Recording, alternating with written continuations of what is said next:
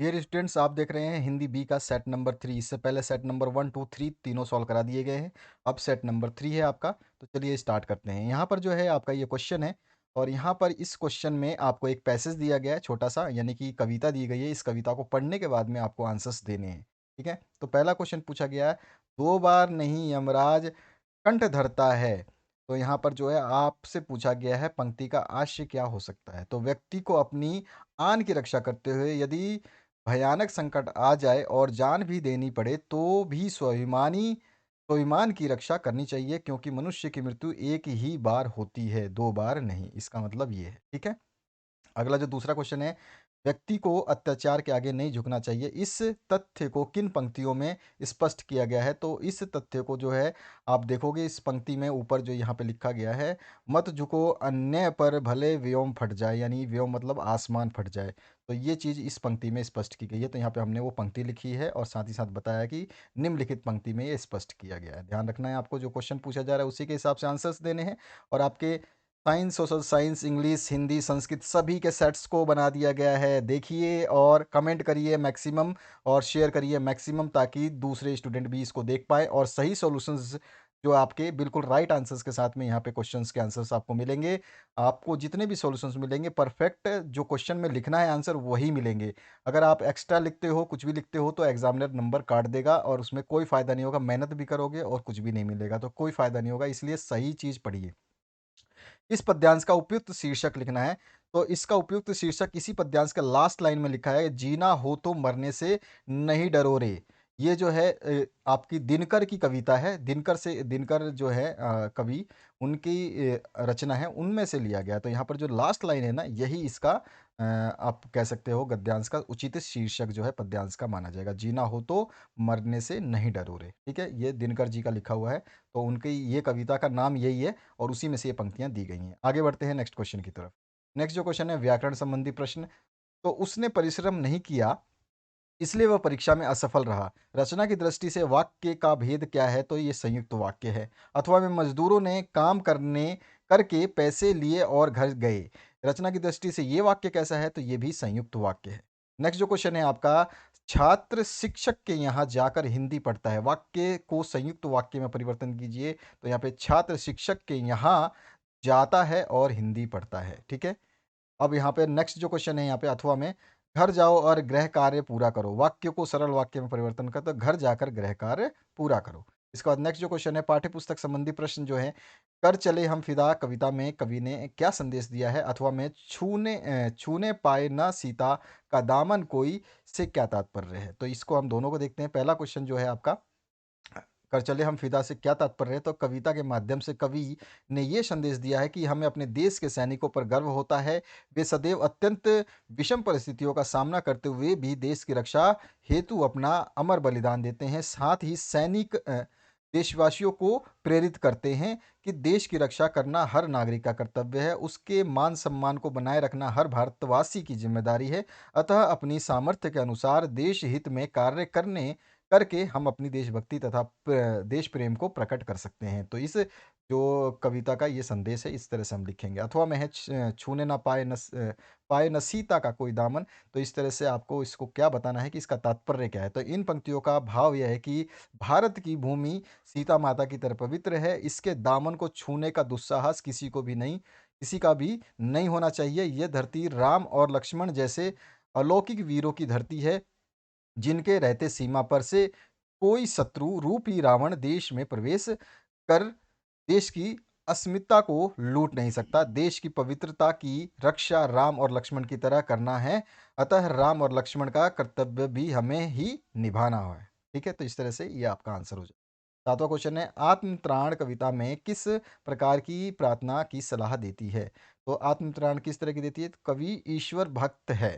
ठीक है, और प्रभु में उसकी गहरी आस्था है, इसलिए कवि हमें ईश्वर से प्रार्थना करने की सलाह दे रहे हैं कि वह हमें जीवन रूपी मुसीबतों से जूझने की, सहने की शक्ति प्रदान करे तथा हमें निर्भय होकर विपत्तियों का सामना करें। अर्थात विपत्तियों को देखकर डरे नहीं, घबराए नहीं। हमें जीवन में कोई सहायक मिले या ना मिले, या सहायता मिले ना मिले, परंतु हमारा आत्मबल जो है वो शारीरिक बल भले ही कमजोर, आत्मबल और शारीरिक बल कमज़ोर ना पड़े, कवि अपने मन में दृढ़ता की इच्छा करता है और तथा ईश्वर से विपत्तियों को सहने की शक्ति चाहता है। ये नहीं कहता कि विपत्तियाँ कम कर दीजिए, वो कहता है कि बस विपत्तियाँ कितनी भी हो लेकिन हमें वो क्षमता चाहिए। ठीक है? तो इस पूरे कम पंक्ति का ये भाव है, निचोड़ है। 8वाँ क्वेश्चन है, गिरगिट कहानी के माध्यम से समाज की किन विसंगतियों पर व्यंग किया गया है? अथवा में है, प्रकृति की सहनशीलता की एक सीमा होती है। प्रकृति के गुस्से का एक नमूना कुछ साल पहले मुंबई में देखने को मिला था। इस पंक्ति का क्या आशय है, ये बताना है।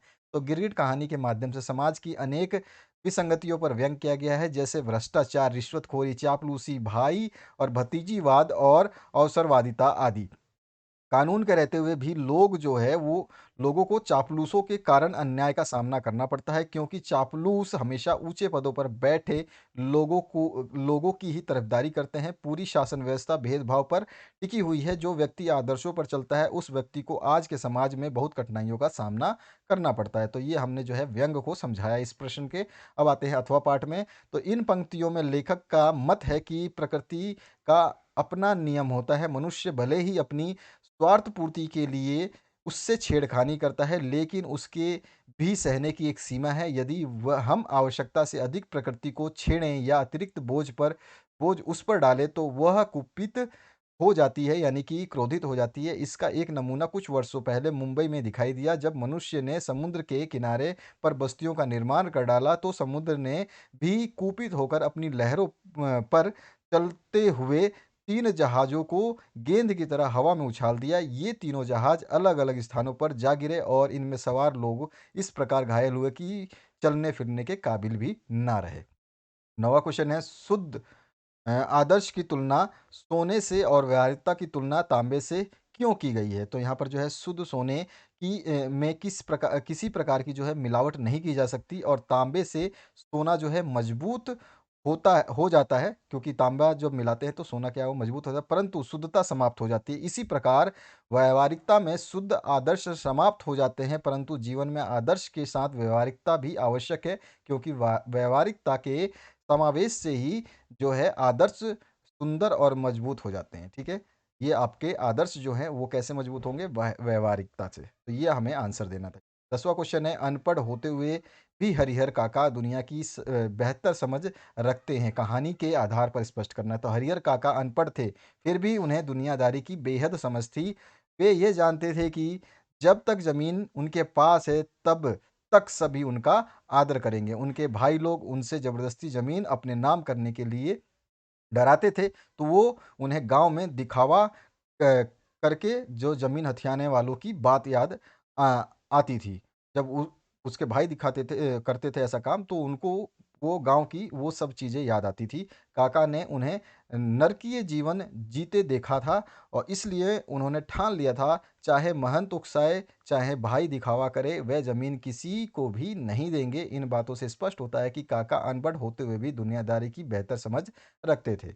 अब आपका रचना सेक्शन है, यहाँ पर किसी अस्पताल के प्रबंध पर जो है असंतोष व्यक्त करते हुए आपको अस्पताल के मुख्य चिकित्सक अधिकारी को जो है एक पत्र लिखना है और अन्य राज्य में रहने वाले अपने मित्र को झारखंड के किसी पर्यटन स्थल के बारे में बताते हुए पत्र लिखना है। तो कोई भी पत्र आप लिख सकते हैं, जैसे कि हम देखते हैं यहाँ पर अस्पताल के प्रबंध पे जो है असंतोष व्यक्त करते हैं। तो सेवा में मुख्य चिकित्सा अधिकारी, सिविल अस्पताल रांची, या जो भी आप भोपाल कुछ भी लिखना चाहें, महोदय जो है मैं आपका ध्यान अस्पताल की प्रबंध व्यवस्था की ओर केंद्रित करना चाहती हूँ। उसके बाद, होने को अस्पताल में सब अधिकारी हैं और सारे इंतजाम हैं, किंतु जब कोई मरीज यहाँ आता है तो ऐसा लगता है कि अस्पताल में ना कोई डॉक्टर है और ना ही कोई दवाई या मशीनें हैं। एक्सरे करवाना हो तो कह दिया जाता है कि मशीन खराब है। दवाइयाँ हमेशा स्टॉक से ख़त्म दिखाई जाती हैं और कर्मचारियों का व्यवहार ऐसा रूखा और कठोर होता है कि कोई भी मरीज़ वहाँ अपना इलाज नहीं कराना चाहता। मैं एक नागरिक के नाते आपसे निवेदन चाहत करना चाहती हूँ यहाँ पे, ठीक है नहीं है, करना चाहती हूँ कि ये सारी सरकारी प्रबंध सब लोगों की संपत्ति है। थोड़े से सेवा भाव से इसे कुशल बनाया जा सकता है। कृपया इन प्रबंधों को सँवारने की कोशिश करें। हम सब नागरिक आपके कृतज्ञ रहेंगे या आपके आभारी रहेंगे। भवदीय करके आप जो भी अपना नाम और सेक्टर वगैरह एड्रेस जो भी आप डालना चाहें वो डाल सकते हैं। आगे बढ़ते हैं 12वें क्वेश्चन पे। दिए गए संकेत बिंदुओं के आधार पे आपको एक अनुच्छेद लिखना है, समाचार पत्रों की भूमिका और बिना विचारे जो करे सो पाछे पछताए। तो देखिए, समाचार पत्रों की भूमिका में आप समाचार पत्र की आवश्यकता पर पहले बताएँगे, एक पैराग्राफ लिख देंगे छोटा-सा। उस इसमें जो-जो बिंदुएँ हैं, उन बिंदुओं को ज़रूर काउंट करना है। अगर बिंदु काउंट नहीं करोगे तो नंबर काटे जाएँगे। तो यहाँ पे समाचार पत्र की आवश्यकता, बाहरी दुनिया से सभी पक्षों से जोड़ने का महत्वपूर्ण साधन और दैनिक अध्ययन से व्यक्ति का विकास, ठीक है? यहाँ पे समाचार पत्र की आवश्यकता क्या है? आवश्यकता आविष्कार की जननी है। समाचार पत्रों का जन्म भी आवश्यकता का ही परिणाम है। मनुष्य एक जिज्ञासु प्राणी है। मानव की जिज्ञासा को शांत करने के लिए समाचार पत्रों का जन्म हुआ और वैज्ञानिक प्रगति के कारण समस्त संसार एवं एक परिवार में बदल गया है। देश विदेश की घटनाओं का मानव जीवन पर प्रभाव पड़ना स्वाभाविक ही है। इसीलिए यह आवश्यक कि प्रत्येक मनुष्य देश विदेश के समाचारों से परिचित रहे। समाचार पत्र इस आवश्यकता को पूरा करने में अत्यंत महत्वपूर्ण भूमिका निभा रहे हैं। ऐसे अनेक व्यक्ति मिल जाएँगे जिनके लिए समाचार पत्र भोजन से अधिक महत्वपूर्ण है। अतः आज की परिस्थितियों में समाचार पत्र को युग की आवश्यकता भी कहा जा सकता है। तो इस तरह से आवश्यकता के बारे में बता देंगे। बाहरी दुनिया से सभी पक्षों से जोड़ने का महत्वपूर्ण साधन भी है ये। तो आज हम घर बैठे दुनिया के हर देश, हर कोने की जानकारी समाचार पत्र में पढ़ सकते हैं। आजकल पाठक की सुविधा का ध्यान रखते हुए भाषा में समाचार पत्र हर भाषा में समाचार पत्र उपलब्ध हैं, जिसमें खेल-कूद, बिज़नेस, राजनीति, शासन प्रशासन आदि कई सारी जानकारी इसमें पाठक को उपलब्ध कराई जाती हैं। आजकल कई समाचार पत्रों का प्रकाशन अंतर्राष्ट्रीय स्तर पर भी होता है, जिससे देश-विदेश की जानकारी मिलती है। समाचार पत्रों में कुछ पेज किसी क्षेत्र विशेष के भी होते हैं जिसमें वहाँ की समस्याएँ और जानकारी दोनों ही प्रकाशित की जाती हैं। अब इसके बाद में इसके दैनिक अध्ययन से व्यक्तित्व का विकास में हम कहते हैं पाठ्यक्रम के अतिरिक्त जो है दैनिक समाचार पत्रों एवं विभिन्न पत्र पत्रिकाओं को सुनिश्चित योजना के साथ अध्ययन करना चाहिए। समय प्रबंध का तात्पर्य यह कदापि नहीं होता कि अभ्यर्थी सारे कार्य छोड़ दे एवं अपनी इच्छाओं का दमन करे। दैनिक क्रियाकलाप एवं अध्ययन प्रक्रिया के बीच बेहतर सामंजस्य आवश्यक होता है, जिससे बहुआयामी प्रतिमा संपन्न व्यक्तित्व का निर्माण होता है। तो इस तरह से आप लिख सकते हैं और भी आप लाइनें ऐड कर सकते हैं। अगले क्वेश्चन की बात करें तो प्रश्न नंबर 13 जो आपका अंतिम प्रश्न है, विलंब से घर लौटने पर माँ और पुत्री के बीच संवाद जो है आपको लिखना है। तो आप अपनी मर्ज़ी से कुछ भी लिख सकते हैं और मैंने अपनी मर्ज़ी से लिखा, आप चाहें तो इसको याद कर सकते हैं। आप दूसरा माँ, अरे बेटी आज घर लौटने में इतने इतनी देर क्यों हुआ? इतना इतना देर क्यों हुआ? यहाँ पे थोड़ा-सा देखना जो आपका टाइपिंग मिस्टेक है उसको सही कर लेना। अरे बेटी आज घर लौटने में इतना देर क्यों हुआ? बेटी, ओह माँ आज आते समय मेरी सहेली नेहा से मुलाकात हो गई। ओह! वह थोड़ी वार्तालाप करने से वहाँ पर या फिर उसके साथ थोड़ी वार्तालाप करने से देरी हो गई। तो यहाँ पे आप थोड़ा-सा देखिए यहाँ पे ओही लिखा है ना वहीं, वहीं होता है, वहीं थोड़ी-सी। तो ये ओही लिख दिया ये गलत है। तो यहाँ पे आप करेंगे वही, वहीं थोड़ी-सी वार्तालाप करने से देरी हो गई। अब यहाँ पे माँ, कोई बात नहीं पर फ़ोन करके बता अब यहाँ पे देखिए बात है मिस्टेक हो गई है तो इसमें बता देती मुझे बहुत चिंता हो रही थी। तो ये भी चीज़ थोड़ा-सा ध्यान रखना है कभी-कभी क्या है हम टाइपिंग मिस्टेक जो है जब करते हैं तो थोड़ा बहुत अक्षर ऊपर-नीचे हो जाते हैं क्योंकि हिंदी की टाइपिंग में आप जानते हैं थोड़ी-सी प्रॉब्लम होती है। तो यहाँ पर जो है इसको आप सही कर लेंगे थोड़ा-सा। बाकी आप समझ रहे हैं कि वाक्य क्या कह रहा है। ऑब्वियस सी वार्तालाप है, जनरल सी बात है, ये नो रोज़ीना आपके घरों में भी होती है कि कोई नहीं आता तो चिंता उसी टाइप की है बातचीत। बेटी, मुझे पता है माँ आप चिंता कर रही होंगी लेकिन मुझे लगा थोड़ी बहुत बात करके चली आऊँगी। पर फिर 2 सहेलियाँ और मिल गईं और बातों-बातों में वक़्त का पता ही नहीं चला। माँ आगे से ऐसा मत करना, मुझे बहुत चिंता होती है। मुझे पता है आजकल का दिन और दुनिया ठीक नहीं है। बेटी, हाँ माँ, अब यहाँ पे है माँ लिख दिया ना तो यहाँ पे हाँ कर देना। हाँ माँ मुझे पता है और आज के बाद ऐसा कभी नहीं होगा, प्रॉमिस, लव यू माँ। ठीक है? उसके बाद में माँ कहती है, हाँ ठीक है। यहाँ पे भी है लिख दिया ना, इसको हाँ, हाँ कर देना। हाँ ठीक है। बार-बार 2 बार ठीक है तो इसमें से एक ही ठीक आप लिखना, 2 बार ये ठीक रिपीट हो रहा है। तो यहाँ पर जो है आप एक ठीक मैं मिटा देता हूँ। यहाँ पर देखिए, हाँ ठीक है, अब ज़्यादा मस्का मत लगाओ, चलो हाथ मुँह धो कर के खाना खा लो। बेटी बोलती है, ठीक है माँ। माँ खाना गरम कर दूँ? तो बेटी बोलती है, नहीं माँ, जैसा है वैसा ही दे दो, मुझे बहुत ज़ोरों से भूख लगी है और आप भी मेरे साथ खा लो। तो इस तरह से आप वार्तालाप को अपने शब्दों में लिख सकते हैं। मैंने अपने शब्दों के हिसाब से लिखा है। थोड़ा-सा लिखते समय जो है इसमें टाइपिंग मिस्टेक हुई हैं, तो वो तो जनरल सी बात है। जब आप हिंदी में टाइप करते हैं तो मात्राओं का ऊपर-नीचे होना स्वाभाविक सा है। लिखना अलग बात है। अगर मैं पेन से लिखूँ कॉपी में तो वहाँ पे मिस्टेक्स होना बहुत कम है, चांसेस हैं। लेकिन जब टाइपिंग करते हैं तो हिंदी में थोड़ी-सी दिक्कत कभी-कभी आ जाती है। तो आप समझ सकते हैं, बाकी आपको पूरा क्वेश्चन पेपर समझ में आ गया होगा। और जिस तरह के सॉल्यूशंस आप इस चैनल पे देख रहे हैं, इस तरह के सॉल्यूशंस शायद ही आपको कहीं मिलेंगे, ये मैं दावा कर सकता हूँ। तो इस बात के लिए ज़रूर एक लाइक बनता है आपका, और शेयर कर दें अपने दोस्तों के साथ, ताकि वो लोग भी इनकी तैयारी अच्छे तरीके से कर सकें। हर सब्जेक्ट को हमने बहुत बेहतरीन तरीके से सॉल्व किया है। इंग्लिश मीडियम और हिंदी मीडियम दोनों के लिए बेहतरीन तरीके से सॉल्व किया है। सबसे शॉर्टेस्ट आंसर दिए हैं, और बिल्कुल जो क्वेश्चन में पूछा गया है केवल उसी के बारे में आंसर दिए हैं। कोई एक्स्ट्रा नहीं बताया गया है।